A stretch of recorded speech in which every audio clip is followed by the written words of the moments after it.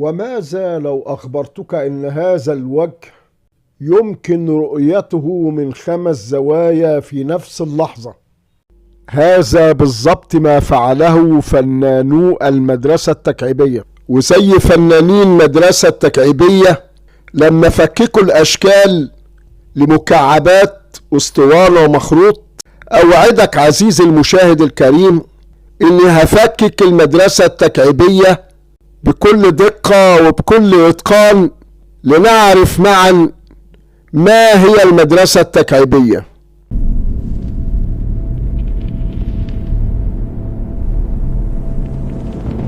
أسرار المدرسة التكعيبية خطوة بخطوة للمبتدئين. في المدرسة التكعيبية ما بنرسمش الشكل زي ما بتشوفوا العين بالظبط. بنبحث أولا عن البنية الهندسية داخل الشكل نفسه.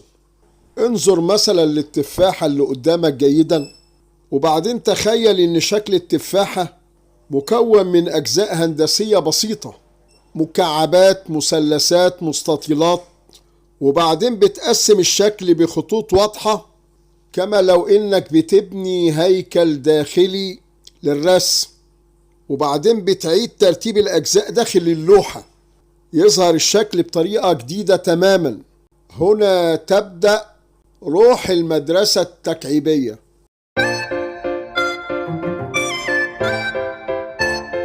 شاهد كيف يتحول شكل بسيط إلى لوحة تكعيبية مذهلة. هل تصدق إن هذا الشكل البسيط يمكن أن يتحول إلى لوحة فنية تكعيبية مذهلة؟ تابع معي وسترى كيف يفكر فنانو المدرسة التكعيبية. في الفن التكعيبي لا نرسم الأشياء كما نراها فقط، بل كما نفهمها من عدة زوايا في نفس الوقت. كل خط جديد يضيف زاوية رؤية، وكل شكل هندسي يكشف جزءا جديدا من الصورة. الألوان هنا لا تتبع الواقع، بل تتبع الإيقاع البصري داخل اللوحة. الفن التكعيبي يعلمنا شيئا مهما. أحيانا أبسط الأشكال يمكن أن تصبح أعظم الأعمال الفنية.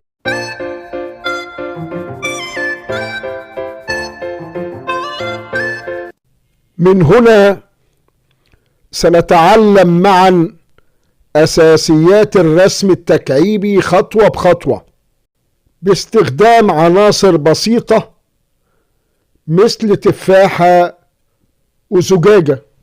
لكن قبل ما نبدأ بنحتاج لأدوات بسيطة: قلم رصاص، ممحاه، ورقة رسم، وممكن مسطرة للمساعدة في رسم الخطوط الهندسية.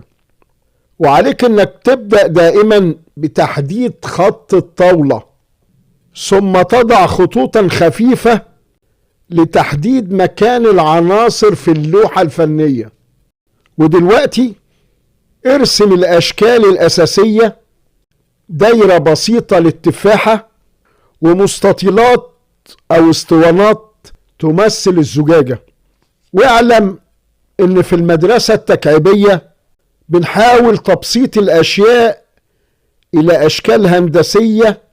التفاحة تبقى كورة، والزجاجة تبسط إلى اسطوانة. والخطوة التالية هي بناء الهيكل الهندسي، إنك ترسم خطوط خفيفة داخل الأشكال لتقسيمها لمساحات مختلفة.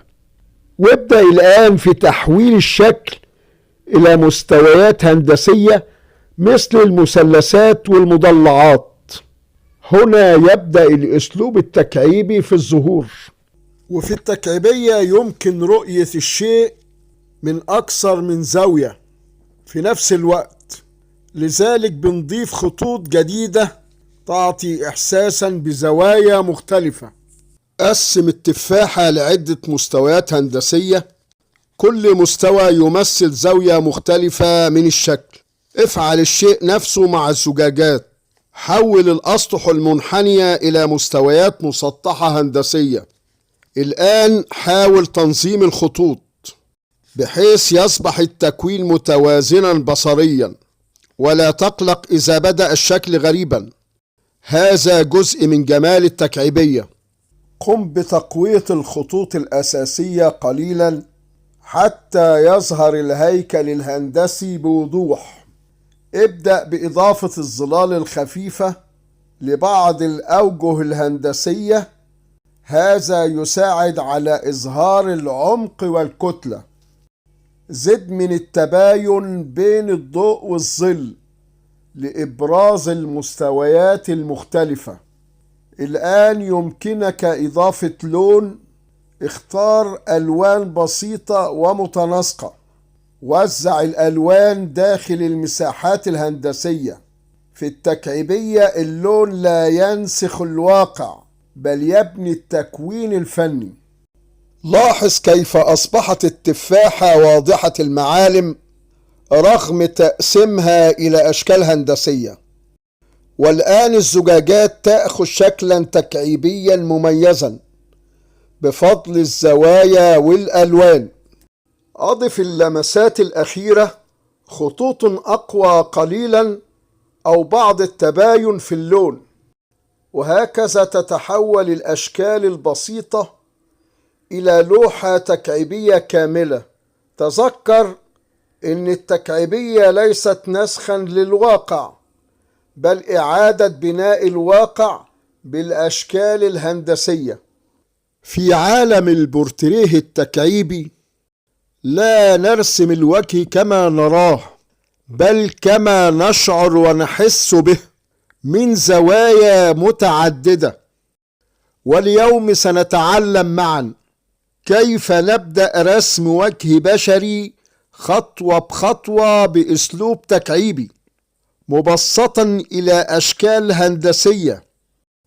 وأول شيء نحدد خطوط الوجه الأساسية: مستديرة للرأس، خط الوسط لتقسيم العينين، وخطوط خفيفة لتحديد مكان الأنف والفم. وتذكر إن التكعيبية ليست مجرد رسم، إنها رحلة لرؤية الوجه من أكثر من منظور في الوقت نفسه. في الفن التكعيبي الوجه لا يرى من زاوية واحدة. كل لوحة هنا تكسر الواقع وتعيد بناؤه بالأشكال الهندسية: مكعبات، مثلثات، وخطوط جريئة تصنع شخصية جديدة.